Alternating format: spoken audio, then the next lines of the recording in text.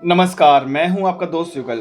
अभी हाल ही में मेरे एक सब्सक्राइबर का मेरे पास कमेंट आया कि सर ग्राहक को डिस्काउंट देने के बावजूद भी ग्राहक मोलभाव बहुत करते हैं, बार्गेनिंग बहुत करते हैं, सौदेबाजी बहुत करते हैं। तो इसका कोई स्थायी समाधान है क्या? कोई इसका सॉल्यूशन है क्या?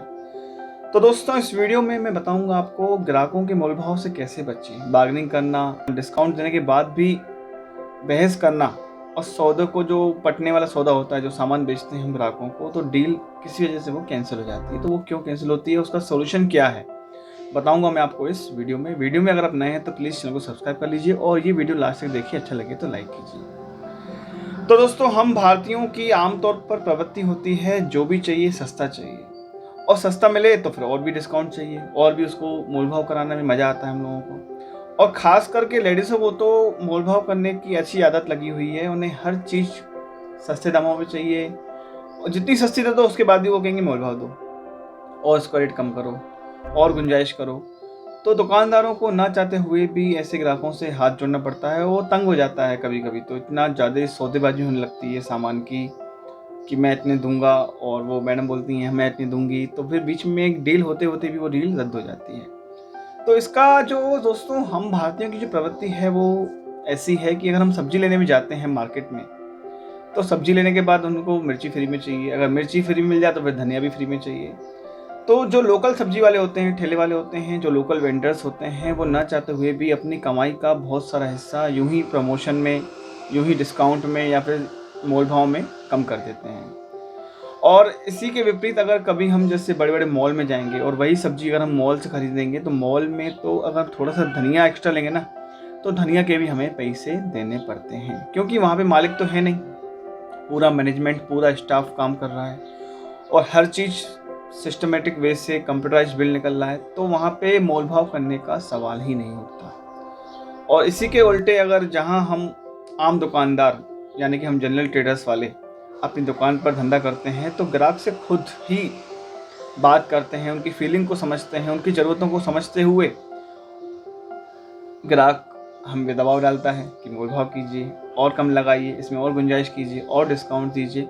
और डिस्काउंट देने के बाद भी उन्हें ना चाहते हुए भी अपने प्रॉफिट मार्जिन में से सस्ता सामान देना पड़ता है, अपना प्रॉफिट मार्जिन कम करते हुए। तो दोस्तों इसका समाधान यही है कि हमें भी सिस्टम को एडॉप्ट करना पड़ेगा, सिस्टम के साथ चलना पड़ेगा, और समय की मांग के अनुसार हमें भी अपनी दुकान को हाईटेक करना पड़ेगा। हाईटेक के साथ साथ कंप्यूटराइज बिल निकलवाने पड़ेंगे, ताकि कंप्यूटर के सामने वो अपनी फीलिंग बता ही नहीं पाए। हालांकि हम इंसान की फीलिंग समझ सकता है, लेकिन सिस्टम इंसान की फीलिंग नहीं समझ सकता। अब ग्राहक सिस्टम से बहस नहीं कर सकता, लेकिन वो हम ऑनर से डायरेक्टली बहस करता है, और हम लोगों को डिस्काउंट में से कुछ कम करके देनी पड़ती हैं चीज़ें।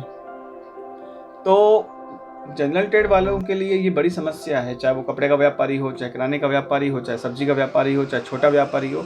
अगर वो जब तक खुद गले से चिपका बैठा रहेगा तो उसे डिस्काउंट देना ही पड़ेगा, और डिस्काउंट के साथ साथ बार्गेनिंग भी करनी पड़ेगी, नेगोशिएट करना पड़ेगा, सौदेबाजी करनी पड़ेगी।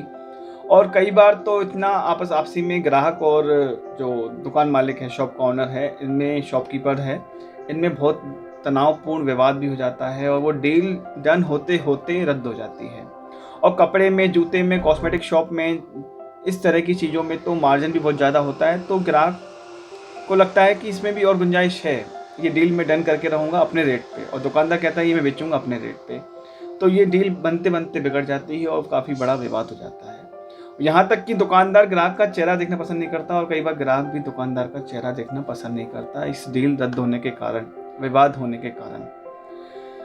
तो दोस्तों ये जो चीज़ें हैं, इसको सॉल्यूशन यही है कि हमें जनरल ट्रेड से मॉडर्न ट्रेड में कन्वर्ट करना पड़ेगा। जो हम सालों से करते हुए आ रहे हैं उस ट्रेंड को चेंज करना पड़ेगा।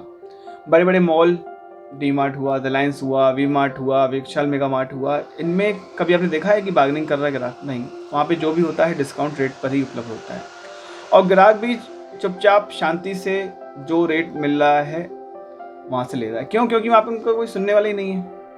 वहाँ सिस्टम काम कर रहा है, मैनेजमेंट काम कर रहा है, और कंप्यूटराइज बिल निकल रहा है। तो वहाँ पे सवाल ही नहीं उठता कि आपका कोई भी जो चीज़ है उस पर एक्स्ट्रा बार्गेनिंग की जाए या फिर उसको नेगोशिएट किया जाए प्रोडक्ट को। तो अगर आप भी यही करना चाहते हैं तो आपको सिस्टम एडॉप्ट करना पड़ेगा, सॉफ्टवेयर लगाने पड़ेंगे, अपनी दुकान को, अपने बिजनेस को हाईटेक करना पड़ेगा और समय की डिमांड को देखते हुए, ग्राहकों की डिमांड को देखते हुए आपको अपने आप को, अपने बिजनेस को अपग्रेड करना पड़ेगा। तो उम्मीद करता हूँ दोस्तों मैं आपको आसान सब शब्दों में समझा पाया हूँ कि आपको क्या क्या चेंजेस करने पड़ेंगे। आपको खुद को चेंज करना पड़ेगा, तभी आप ग्राहक को चेंज कर पाएंगे। तो दोस्तों इसी तरह के बिजनेस आइडियाज़ आने वाले समय में मेरे चैनल पे आप देखते रहेंगे। मिलता हूँ कुछ नया लेके एक नए बिजनेस आइडिया के साथ। तब तक के लिए गुड बाय, थैंक यू।